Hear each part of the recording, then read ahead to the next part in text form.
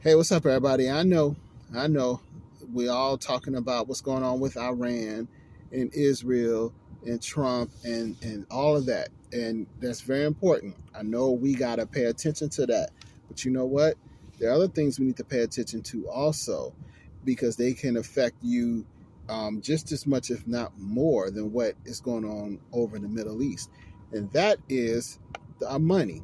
You always got to pay attention to the money and what's going on. I just saw this headline yesterday, and I'm going to share the link, but I'm just going to read it. It says over 200 central banks reportedly dump $48 billion in U.S. Treasuries amid concern over dollar's stability.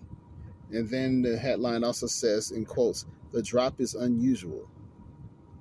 200 central banks dump $48 billion in U.S. Treasuries. I don't know if people really understand how significant that is, because for the last 50, 60 years or so, 70 years, the dollar was like the world's safest asset. If you had money, you put it in dollars. That was the number one safe haven asset. You didn't have to worry about your money if it was in dollars. It had the full faith and trust of everyone around the world. But to hear that 200 central banks dumped $48 billion in U.S. Treasuries should alarm you. That means the dollar does not have that safe haven safety status that it used to have over the last, like I said, several decades. So then you want to ask yourself, well, where are they putting their money? What are they doing? Well, one place they're putting it is gold. Central banks over the last several years have been buying gold by the ton. And people don't talk about that in America. All you hear in America is crypto and the stock market. I mean, that's cool. That's cool.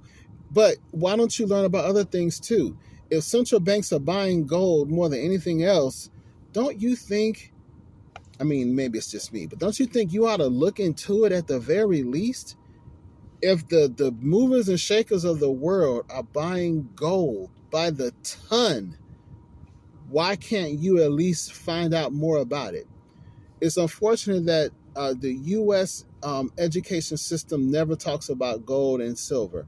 But I'm telling you right now, you need to look into it, because if that's where they're putting their money, maybe you need to seriously consider it too. I know we want to talk about Iran, but there's more going on than just what's going on in the Middle East.